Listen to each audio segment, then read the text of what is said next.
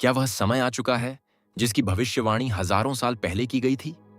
अगर भविष्यवाणियां सच हुईं, तो क्या हो सकता है घोर महाविनाश? क्या वास्तव में करोड़ों लोग इस परिवर्तन में समाप्त हो जाएंगे? 2026 और 2030 केवल साल नहीं, बल्कि कालचक्र के सबसे बड़े मोड़ हैं। आज हम जानेंगे उन 5 महान भविष्यवक्ताओं की भविष्यवाणियां जो अब सच साबित हो रही हैं।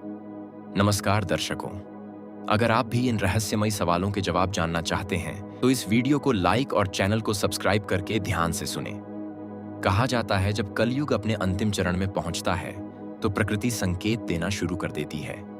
और अगर हम आज चारों ओर देखें तो संकेत स्पष्ट दिखाई देते हैं। धरती कांप रही है, भूकंप बढ़ रहे हैं, समुद्र अपना संतुलन खो रहा है, तूफान पहले से अधिक भयानक हो चुके हैं, मौसम अब सामान्य नहीं रहा। जहां बारिश होनी चाहिए वहां सूखा है, और जहां सूखा होना चाहिए वहां बाढ़ है। यह केवल संयोग नहीं है, यह संकेत है। संकेत उस परिवर्तन के जिसका वर्णन हमारे प्राचीन ग्रंथों में किया गया था। भविष्य पुराण एक ऐसा ग्रंथ जिसमें समय के रहस्यों को शब्दों में बांधा गया है। उसमें लिखा है कि जब कलयुग अपने अंत के करीब होगा, तो मानव की सोच बदल जाएगी। धर्म केवल नाम का रह जाएगा, मनुष्य मनुष्य का शत्रु बन जाएगा। और आज क्या यही नहीं हो रहा? विश्व अशांति से भरा हुआ है, देश के खिलाफ खड़े हैं। एक अदृश्य डर हर इंसान के मन में बैठ चुका है।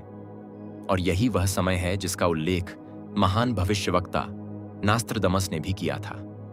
उन्होंने कहा था, एक समय ऐसा आएगा जब पूरी दुनिया आर्थिक संकट में डूब जाएगी, धन अपना मूल्य खो देगा, और आज दुनिया आर्थिक अस्थिरता के द्वार से गुजर रही है। बड़ी बड़ी शक्तियां डगमगा रही हैं। उन्होंने यह भी कहा था कि इस बाद अन्न की कमी होगी, लोग भूख से तड़पेंगे, अन्न सोने से अधिक कीमती हो जाएगा। और अगर हम आज देखें तो खाद्य संकट की आशंका पहले से कहीं अधिक बढ़ चुकी है। लेकिन यह अंत नहीं है।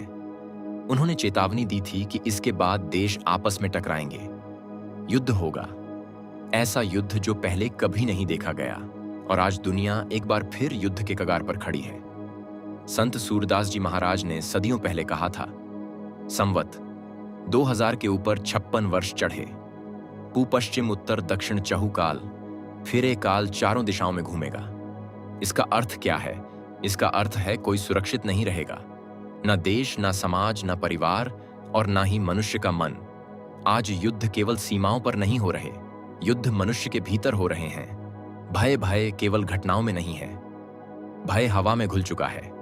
और फिर सबसे भयावह चेतावनी उन्होंने दी, अकाल मृत्यु जग माही व्यापे प्रजा बहुत मरे। अकाल मृत्यु केवल शरीर की मृत्यु नहीं है, यह आशा की मृत्यु है, विश्वास की मृत्यु है, मानवता की मृत्यु है। आज कितने लोग जीवित हैं लेकिन जी नहीं रहे। लेकिन यह चेतावनी केवल भारत तक सीमित नहीं थी।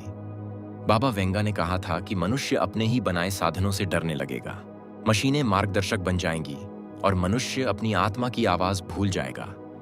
क्या यह सब आज हो नहीं रहा? क्या मनुष्य मशीनों पर निर्भर नहीं हो चुका? क्या मनुष्य अपने भीतर की आवाज खो नहीं चुका? गुरु नानक देव जी ने भी एक और चेतावनी दी थी। उन्होंने कहा था, कलयुग के अंत में मनुष्य धार्मिक दिखेगा, लेकिन भीतर से खाली होगा। वह ईश्वर का नाम लेगा, लेकिन ईश्वर के गुण भूल जाएगा। बाबा जय गुरुदेव ने कहा था, कलयुग का अंतिम संकट युद्ध नहीं होगा, भूख नहीं होगी, बल्कि पहचान का संकट होगा। मनुष्य यह भूल जाएगा कि वह कौन है, क्यों जी रहा है और कहां जा रहा है। और यहीं से महाविनाश शुरू होता है। महाविनाश मनुष्य के भीतर शुरू होता है, जब मनुष्य अपने आप से कट जाता है। 2026 इसलिए डराता है क्योंकि यह वर्ष किसी एक घटना का नाम नहीं है, यह एक प्रक्रिया का चरम है। वह प्रक्रिया जो सदियों से चल रही है और अब अपने अंतिम चरण में है। लेकिन प्रश्न यह है, क्या यह अंत है या शुरुआत? इस महासंकट के बारे में है। कबीर साहिब ने भी भविष्यवाणियां की थीं।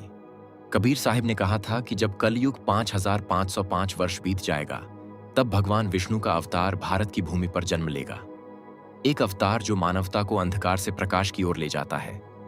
भारत जिसे ऋषियों की भूमि कहा जाता है, भारत जहां हर युग में एक मार्गदर्शक जन्म लेता है। और आज कुछ लोग मानते हैं कि वह समय आ चुका है, कुछ लोग मानते हैं कि परिवर्तन शुरू हो चुका है, लेकिन सच क्या है? क्या वास्तव में कलयुग समाप्त हो रहा है या यह केवल मानव के मन का भय है? सच्चाई यह है कि काल चक्र अपने नियम से चलता है। हर युग समाप्त होता है और हर अंत एक नई शुरुआत होता है। कलयुग भी समाप्त होगा, लेकिन उसका अंत एक दिन में नहीं होगा। यह एक प्रक्रिया है, एक परिवर्तन जो धीरे धीरे होता है, और शायद हम उसी परिवर्तन के साक्षी हैं। शायद हम वही पीढ़ी हैं जो दो युगों के बीच खड़ी है, एक युग जो समाप्त हो रहा है और दूसरा जो जन्म लेने वाला है। लेकिन सबसे बड़ा प्रश्न अभी भी बाकी है, वह अवतार कौन है? वह मार्गदर्शक कौन है? लेकिन सत्य क्या है?